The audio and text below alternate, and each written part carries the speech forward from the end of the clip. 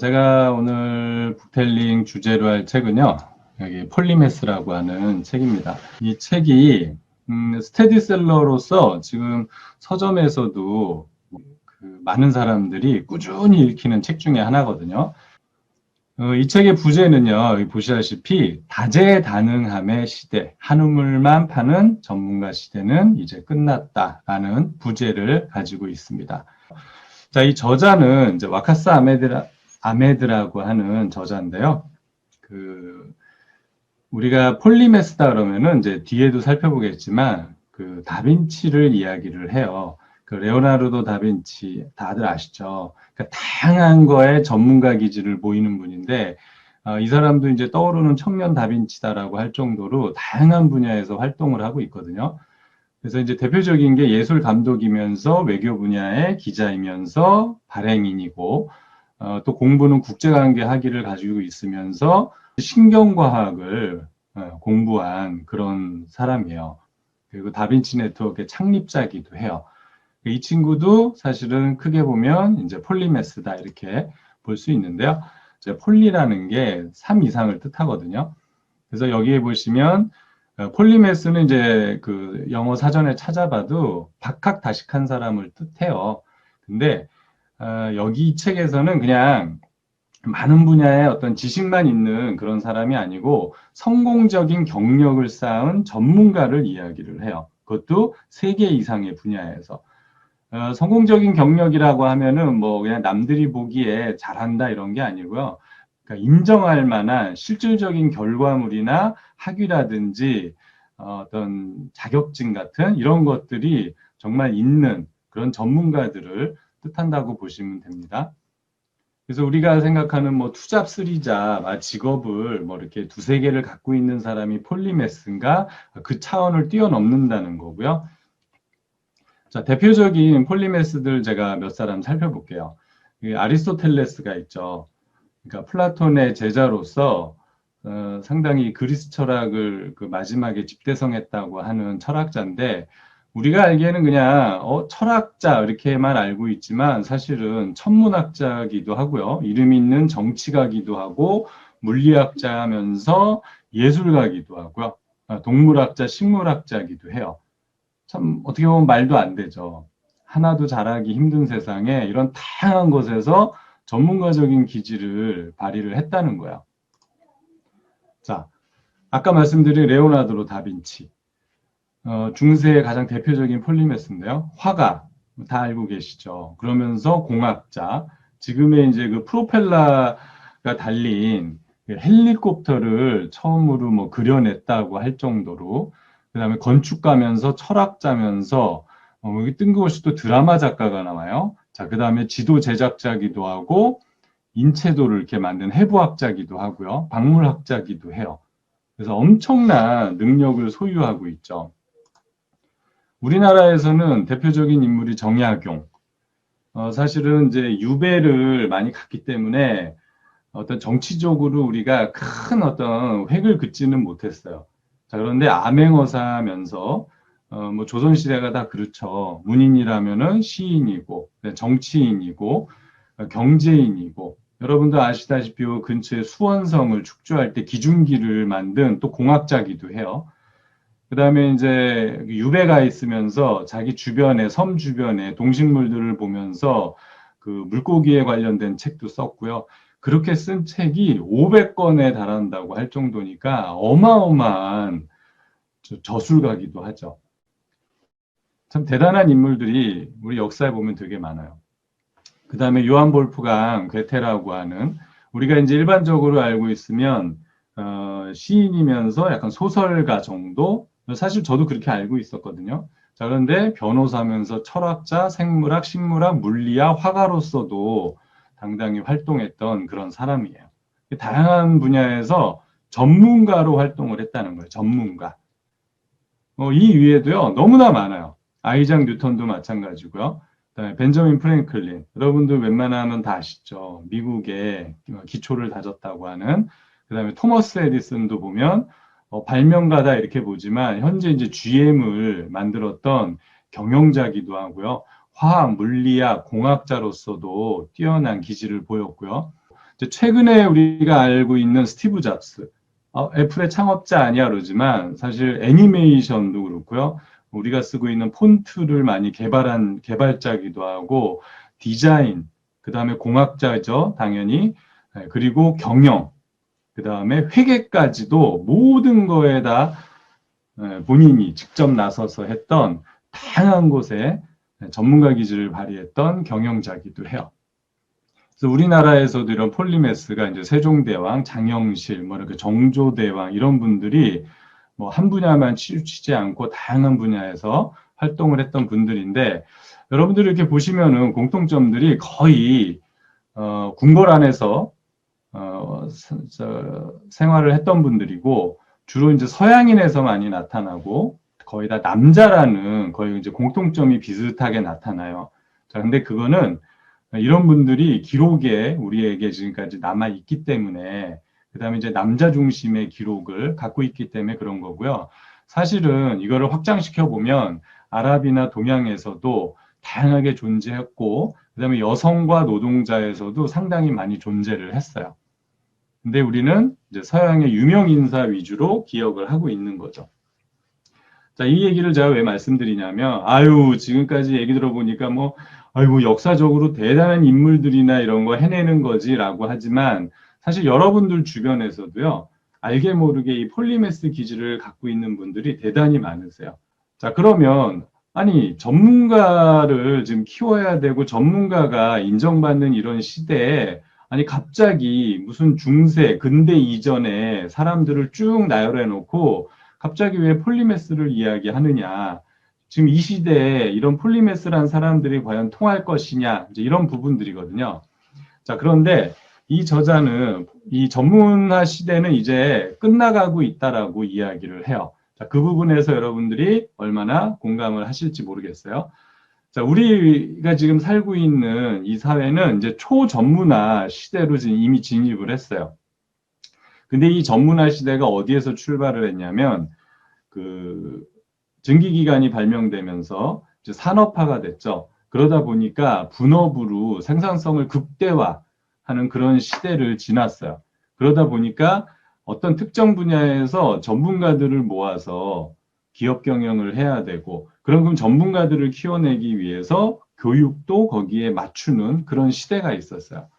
그래서 이제 아이들을 보면 꿈이 수시로 바뀌잖아요. 의사했다, 변호사했다가, 과학자했다가, 경찰했다가, 막 꿈이 수시로 바뀌잖아요. 이제 그렇게 꿈 많고 재능 있는 아이들이 고등학교를 가면서 이제 이렇게 분과가 돼요.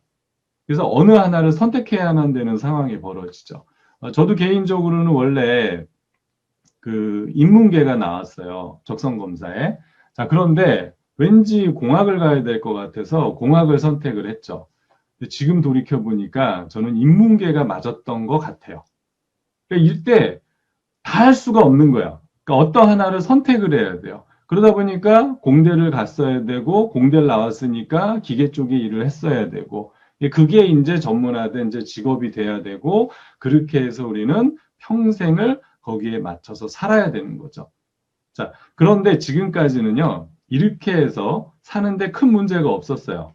워낙 시대가 한 30년에서 50년의 텀을 갖고 있었기 때문에 여러분들이 배운 거 하나 가지고 죽을 때까지 먹고 사는데 문제가 없었는데 문제는 시대가 너무 빨리 변하는데 지금 문제가 있어요. 그래서 이 공교육 시스템 가지고 이제는 미래를 준비할 수 없는 시대가 되어버린 거죠. 자, 그럼 이 공교육 시스템을 가장 바라는 사람들은 누구냐? 여러분들을 하나의 부품처럼 분업화해서 전문적으로 갖다 쓰고 싶은 기업을 운영하는 경영자라는 거예요. 그래서 공교육 시스템은 회사를 운영하기 위한 경영자들한테 맞는 일인 거죠.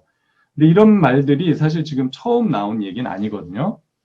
이미 그 예전에 지금 이제 완전히 초 베스트셀러 작가가 된 이지성 작가가 10년 전에 리딩으로 리드하라는 책에서도 상당히 높은 상위층에 있는 사람들은 동서양을 막론하고 인문학을 가르친다라고 되어 있어요.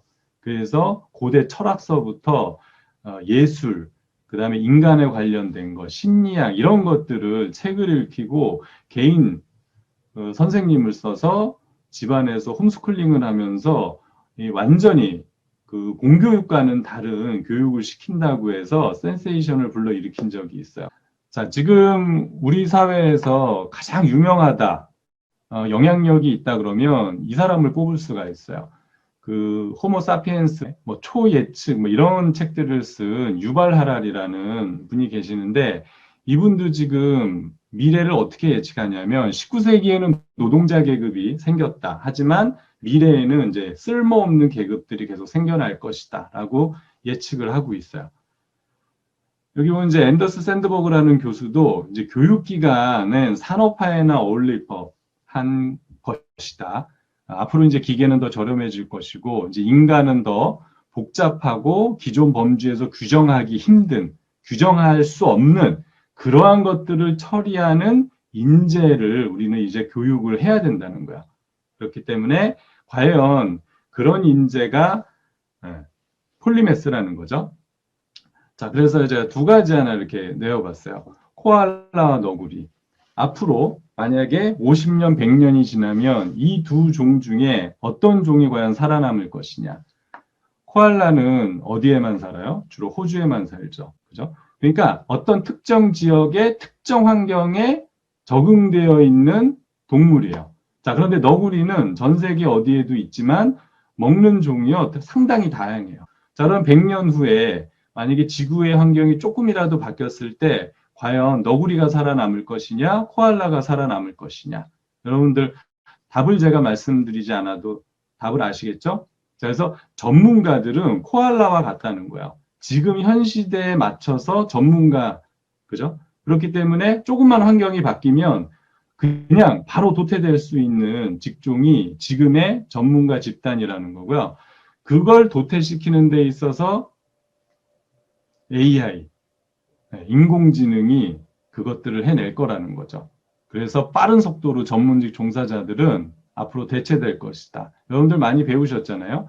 이 AI가 가장 잘하는 건 패턴을 익히는 거고 숫자를 갖고 노는 거예요. 그죠? 거의 10년, 20년 후에는 전문직 종사자는 바로 없어질 직업군들이라는 거고요. 그러기 위해서는 이제 폴리메스가 앞으로 필요하다. 앞으로 우리는 폴리메스가 돼야 된다라는 거고요. 아, 폴리메스. 그래, 이제 좋다 이거죠. 야, 그러면 우리가 과연 이런 것들을 해낼 수 있을 것이냐. 맞아요. 누구나 될 수 있어요. 자, 왜 그러냐면 인간이 가진 6가지 탁월한 능력이 있기 때문에 그래요.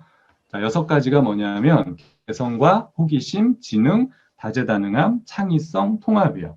이거는 똑똑한 사람들, 대단한 사람들만 있는 것이 아니고 여러분들 모든 사람들이 인간이라면 갖고 있는 재능들이라는 거거든요. 자, 개성은 뭐냐면 나를 아는 거예요. 어떤 철학자가 너 자신을 알라고 했잖아요. 근데 사실은 나를 아는 게 가장 어려워요. 그죠? 여러분들 스스로 그 질문을 해도 답을 찾기가 대단히 어렵죠. 누군가가 당신은 누구십니까? 라고 하면 사실 대답하기가 너무 어려워요. 너무 광범위하고. 하지만 내가 좋아하는 게 무엇이고 과연 내가 어딘가에서 열정을 발휘할 수 있는 것인가를 찾아가는 것. 다른 사람들과 다른 나만의 특별함이 무엇인가 이런 것들을 갖고 있는 여러분들 개개인의 개성이 다 존재한다는 거야.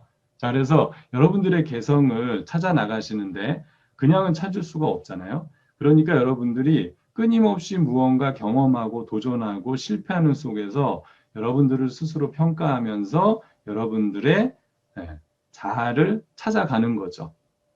인간은 다 그렇게 살아가고 있어요. 자, 그 다음에 인간이 갖고 있는 또 하나는 뭐냐면 호기심이에요. 이 호기심은 너무나 강력해서 여기 보시면은 이제 인간이 가장 하이 클래스의 쾌락을 느낄 때 도파민이라는 게 형성이 되는데 우리가 되게 궁금해하던 것들을 해결했을 때 이 도파민이 그런 거에 못지않게 나온다는 거야. 그래서 인간은 본능적으로 무언가를 찾고 알아가기를 간절히 원한다는 거죠. 그래서 어떤 거에 질문을 하고 그 질문에 뭔가 답을 하는, 답을 찾아가는 그런 존재예요. 자, 그래서 인간은 여러분들도 마찬가지고요. 궁금한 게 있으면 엄청난 능력을 발휘해서 무언가를 찾아 나가실 거예요. 그래서 그런 능력들이 여러분들한테 있다는 거고요. 그 다음에 폴리매스는 다중지능이에요. 다중지능. 그러니까 여러 가지에 동시에 추구할 수가 있어요. 특히 오늘 이제 여성분들이 많으신데 멀티플레이어라고 그러죠.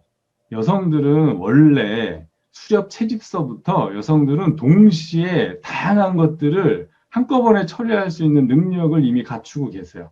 그게 뭐냐면 동굴에서 아이를 보면서 밥을 하면서 그러니까 위협할 수 있는 동물들, 천적의 어떤 소리를 이미 귀는 듣고 있는 거죠. 그러니까 손과 눈과 귀가 전부 다 따로 놀 수 있는 그런 것들이 이미 존재를 해요. 그렇기 때문에 다양한 것들을 동시에 추구할 수 있는 능력들이 있다는 거고요.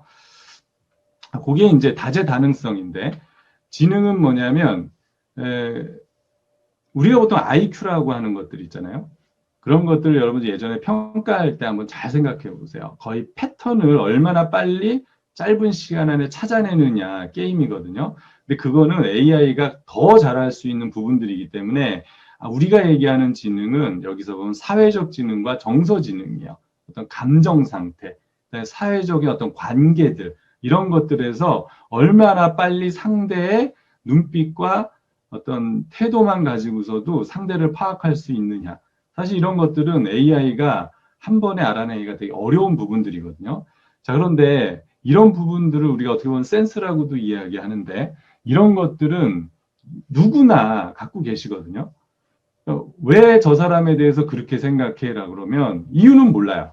근데 그냥 내가 지금까지 살아온 바로 보면 저런 행동을 보이니까 저 사람은 어떤 사람일 거야 라고 우리는 이미 AI보다 더 빨리 추측해내고 근데 의외로 또 그런 것들이 맞잖아요.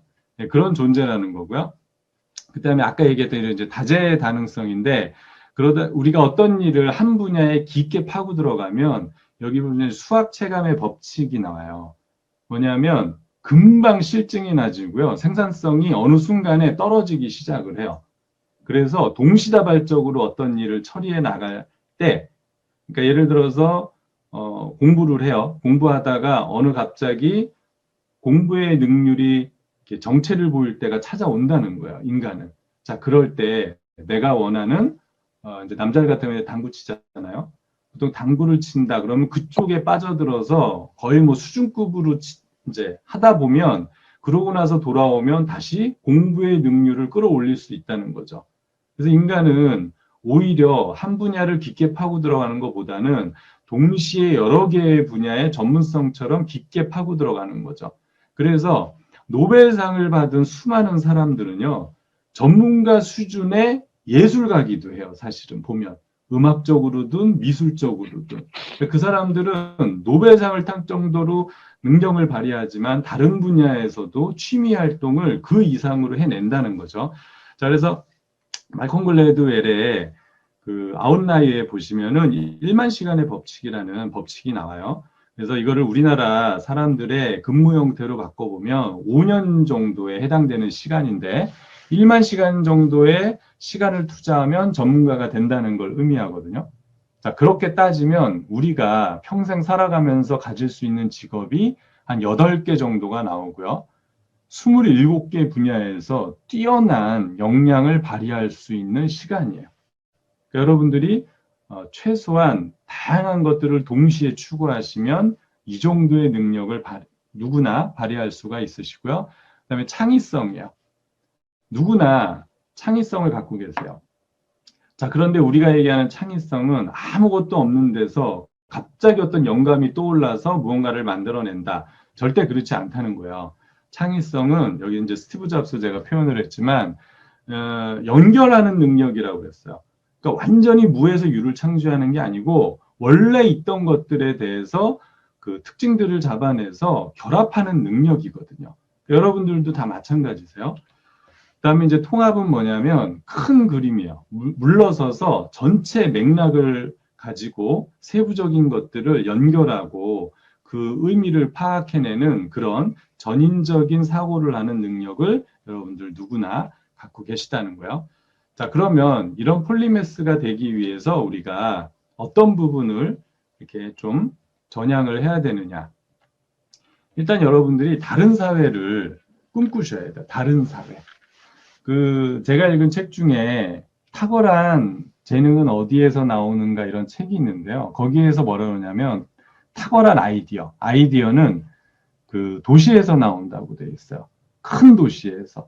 왜 그러냐면 다양한 사람들이 모이기 때문에 다양한 아이디어가 그 안에서 결합하면서 꽃을 피운다는 거거든요.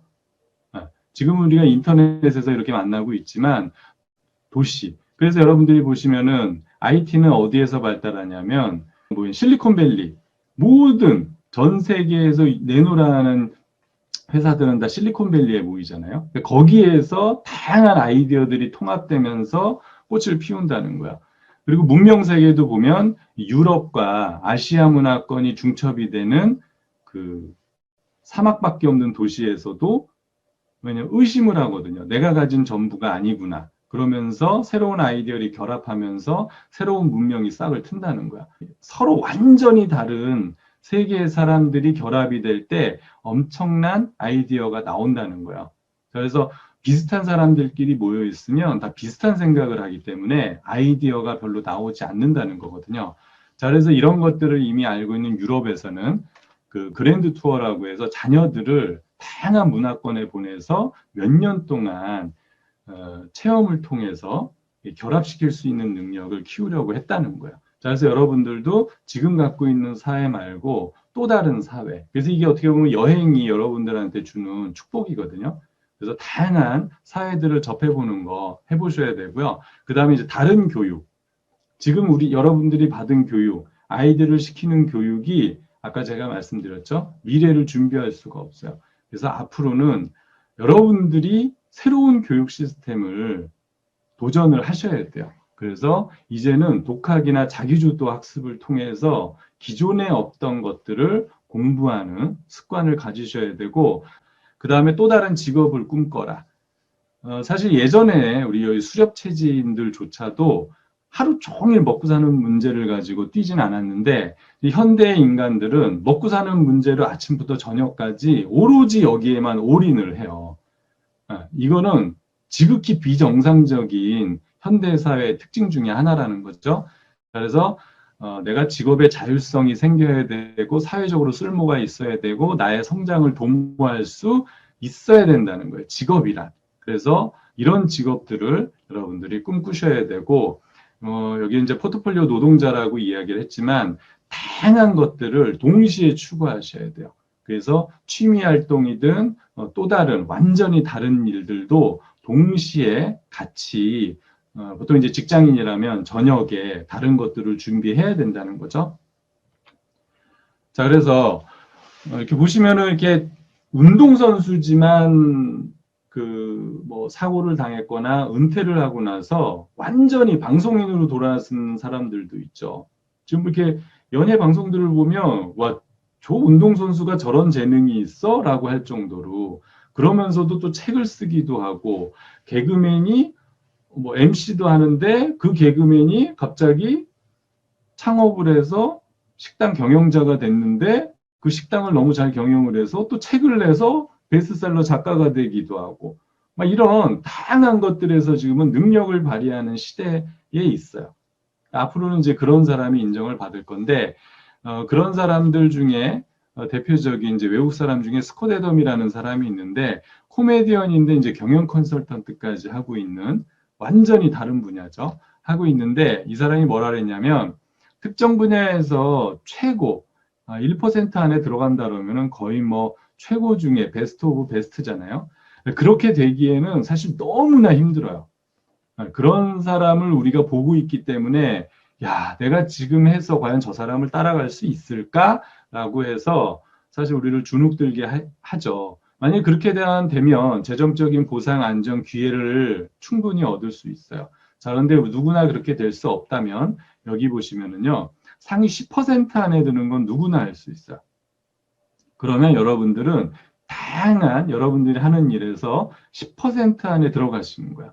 자, 그러면 그런 것들을 제가 아까 말씀드렸죠. 연결과 그 다음에 통합이라는 거, 그 다음에 우리 인간이 갖고 있는 능력 중에 하나가 비판적 사고예요. 그러니까 그냥 받아들이는 게 아니고 진짜 그 방법밖에 없어? 더 좋은 건 없어라고 하는 비판적 사고가 있거든요. 그 다양한 관점에서 접근할 수 있는 그런 것들을 통합을 해서 기존에 없던 완전히 다른 분야의 지식과 기술을 활용할 수 있는 여러분이 될 수 있다는 거거든요. 그러면 그거는 이미 직업으로서 이름을 붙일 수가 없는 거죠. 그러니까 여러분들 직업 중에 난 설계하는 사람이야, 건축가야, 디자이너야, 그러면 그 직업은 앞으로 없어질 가능성이 대단히 많거든요. 근데 앞으로에 나올 직업들은 뭔가 이름을 붙이기가 애매한 거예요. 지금도 세바씨나 이런 데 보시면은, 그래서 저 사람은 뭘 한다는 거야 도대체? 이런 직업들이 있어요. 그 사람들은 보면 상당히 이런 폴리메스 기질이 다분한 사람들이라는 거죠. 창조해 나가시는 그런 폴리메스가 되셨으면 좋겠습니다. 예, 저는 마치겠습니다. 감사합니다.